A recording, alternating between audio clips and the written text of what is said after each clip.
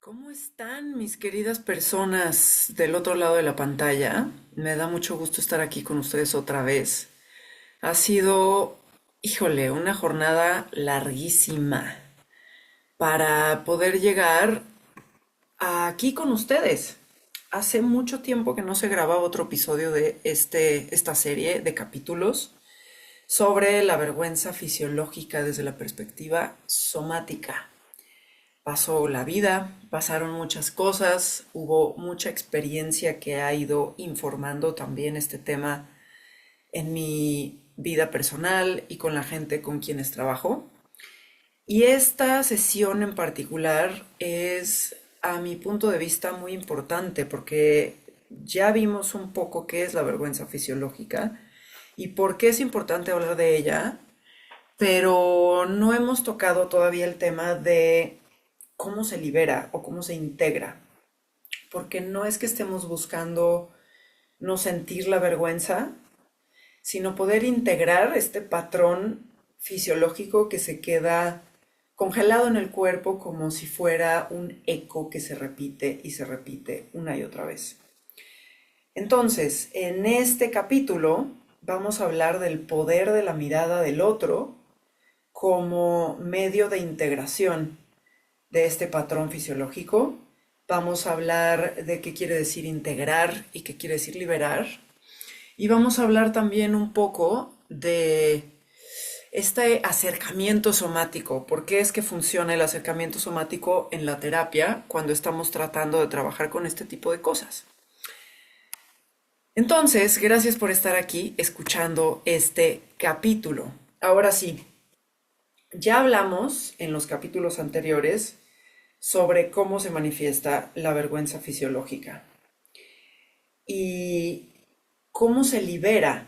No se libera forzando y no se libera analizando.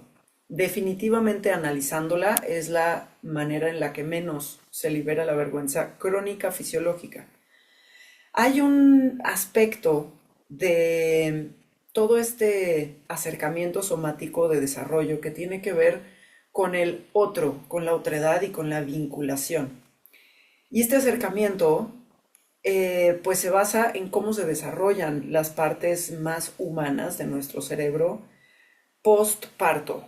Esto quiere decir que una vez que nacemos, empezamos a madurar un montón de estructuras cerebrales y de nuestro sistema nervioso en relación con el entorno, con otra persona, con todo lo que nos rodea, como un input, una información que entra a nuestro sistema y una respuesta que se genera. Y hay muchos factores implicados en este juego de recibir información y responder con una acción.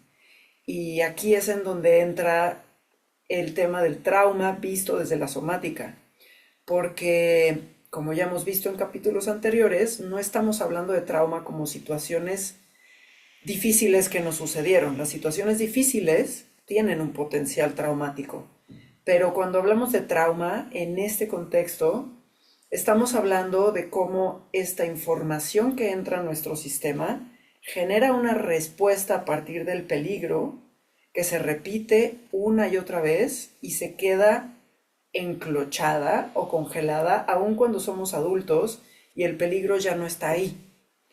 A eso nos estamos refiriendo con trauma. Y en este sentido, cuando un patrón o un reflejo como la vergüenza fisiológica se queda también congelada en una repetición constante en nuestra vida adulta, estamos hablando de trauma.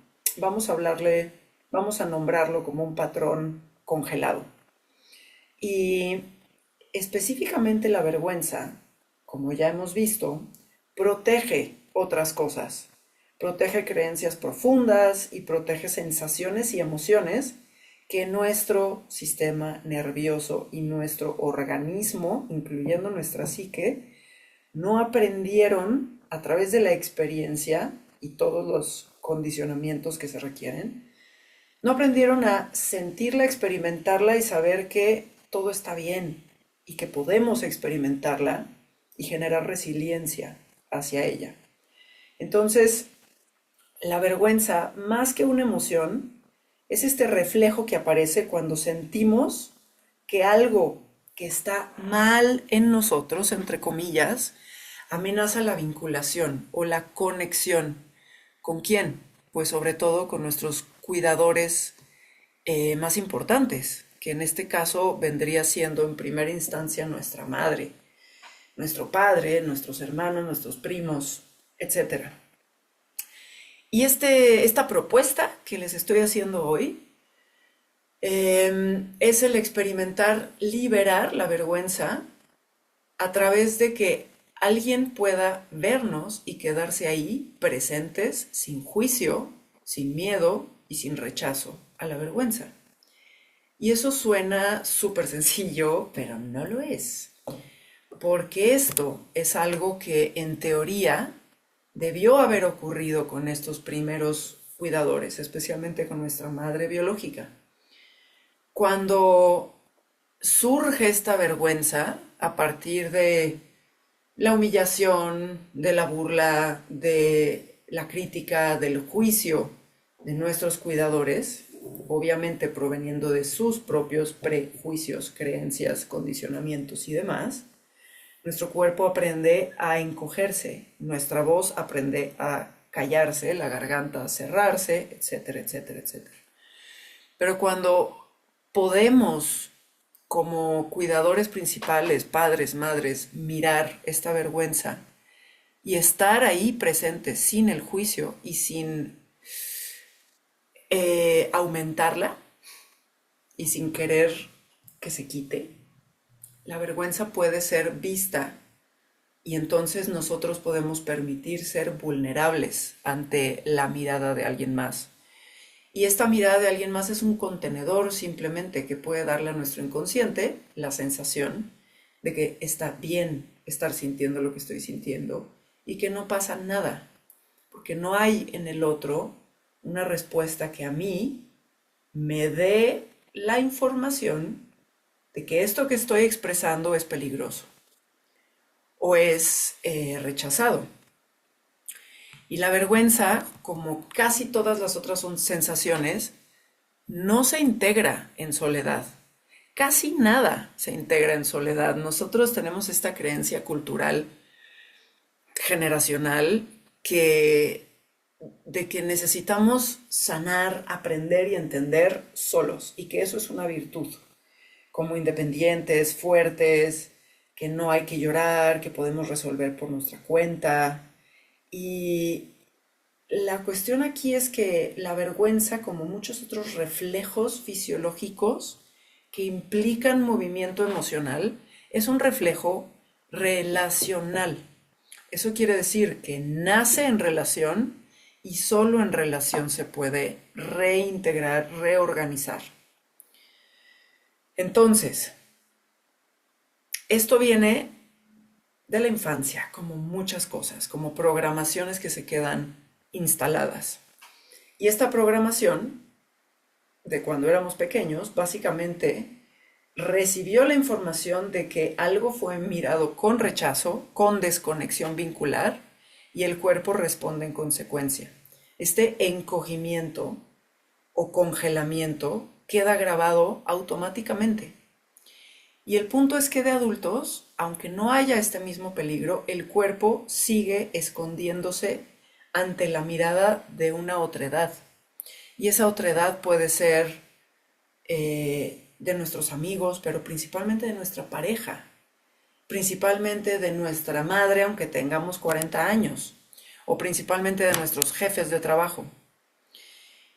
Pero cuando eventualmente alguien con capacidad de presencia nos puede mirar con suavidad, sin intención de arreglarnos, sin pena ajena, sin juicio, con la capacidad de mantenerse en su regulación, entonces el cuerpo reconoce ese estado y aprende, no desde la razón, pero desde la experiencia, de que puedo sentir esto que estoy sintiendo, no estoy sola sintiéndolo y de que no hay peligro. Y ahí empieza a pasar algo con este patrón. Es un momento muy poderoso a nivel experiencial Y sucede muy pocas veces con personas en nuestra vida cotidiana. Con nuestros amigos puede ser que suceda más, pero en nuestras relaciones de pareja, en nuestras relaciones de familia, es muy raro que suceda.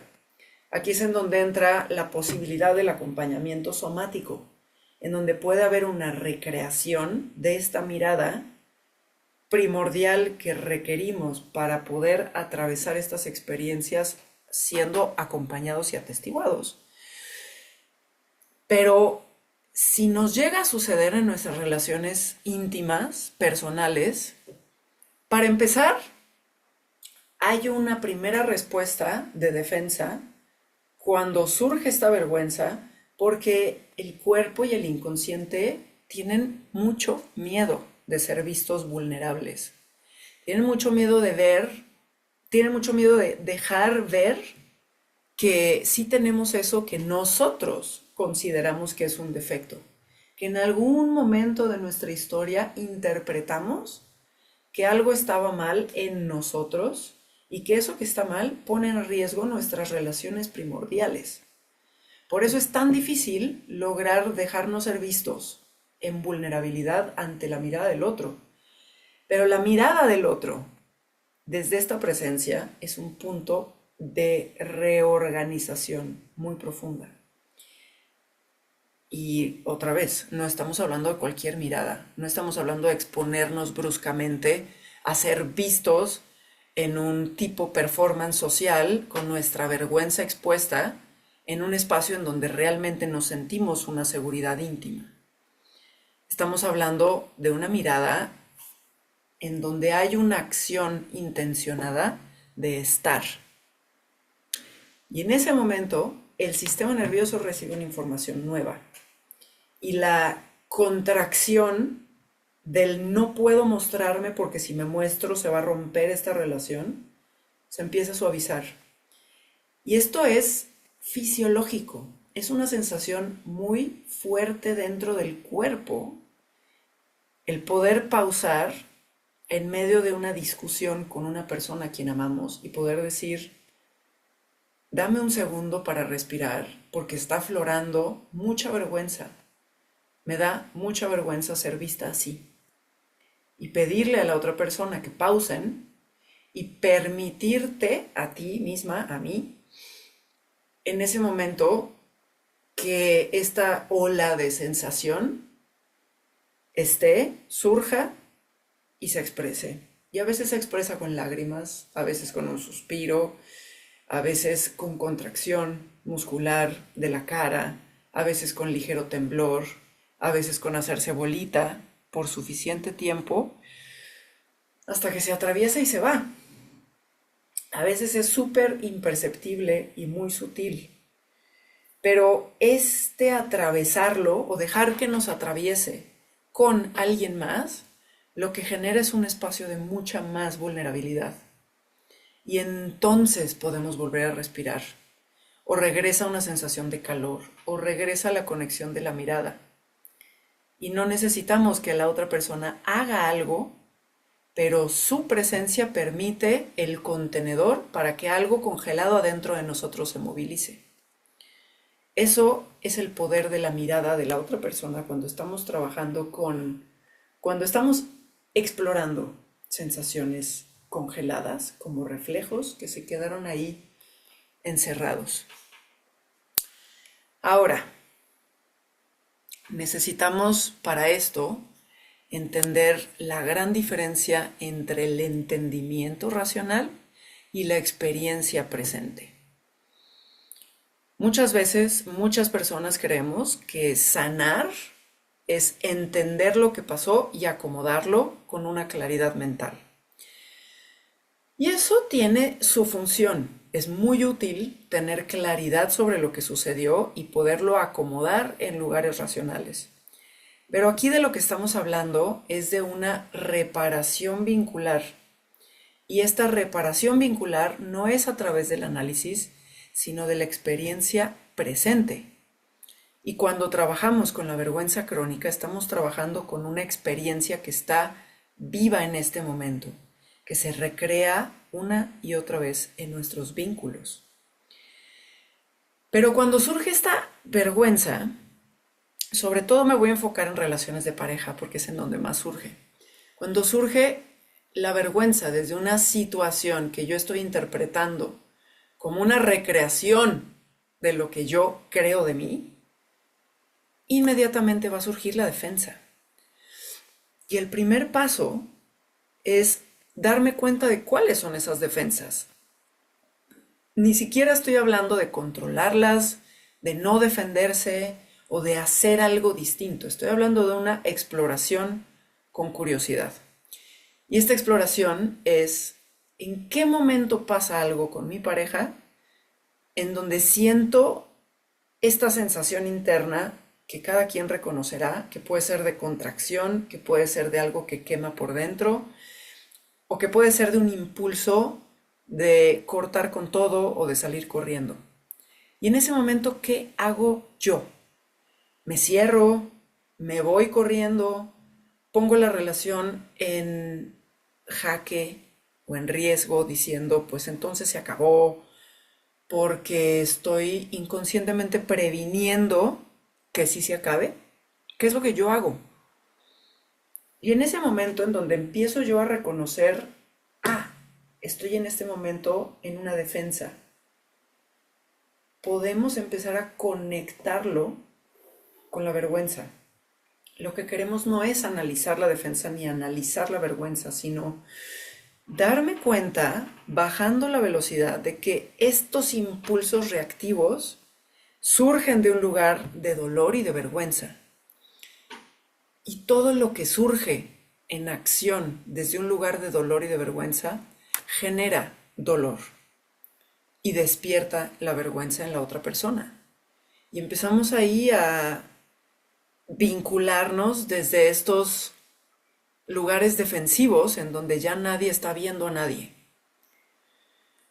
Ok, el punto principal es entender que cuando la vergüenza reacciona y se queda sola aislándose, se congela. Cuando es mirada con suavidad, se vuelve agua, se moviliza y se puede mover a través de nuestro cuerpo. Y por eso es que la somática es tan poderosa en acompañamiento, porque lo que ofrece es la presencia de un sistema nervioso regulado, sin juicio, en un contenedor seguro para que se pueda ir movilizando lo que quedó congelado. Cuando un cuerpo puede quedarse mientras el otro tiembla, se encoge, se contrae, se congela, entonces hay una presencia compartida. Y esto restaura el presente. Y entonces todo lo que estaba ahí puede movilizarse. No se trata de liberar haciendo como que no existe, sino de liberar pudiendo sentirlo de una manera en la que sabemos que esto que estoy sintiendo no está poniendo en riesgo el vínculo, aunque parezca que sí. Y en este acompañamiento ni siquiera tiene que ver con que el otro nos está salvando o dando la cura. Solo tiene que ver con abrir un campo donde podemos mostrarnos sin sentir que nos vamos a morir. Eso es todo. Y ese es el poder del testigo y de la mirada en la liberación de la vergüenza y de muchas otras respuestas, pero la mayoría de las respuestas en acción, si realmente entramos con curiosidad a explorarlas, nos podemos dar cuenta de que vienen desde la vergüenza. Y cuando sentimos realmente que podemos dejar de escondernos, esa es la medicina. Ser vistos en lo que se tenía que mostrar ni siquiera es un punto a probar, es algo que tenía el flujo de la vida de ser expresado y mostrado. Sostenernos en nuestra humanidad cruda, tal cual como es, y permitir que el cuerpo recuerde y sepa que es seguro ser quienes somos, y ese quienes somos también es ser un ser humano. Este capítulo cierra con esto. Muchas gracias por acompañar en este espacio. A quien le resuene, me encanta escuchar y leer sus comentarios. de cómo experimentan esta vergüenza fisiológica, si la reconocen, si han experimentado ser vistos en un momento vulnerable y cómo fue su experiencia después.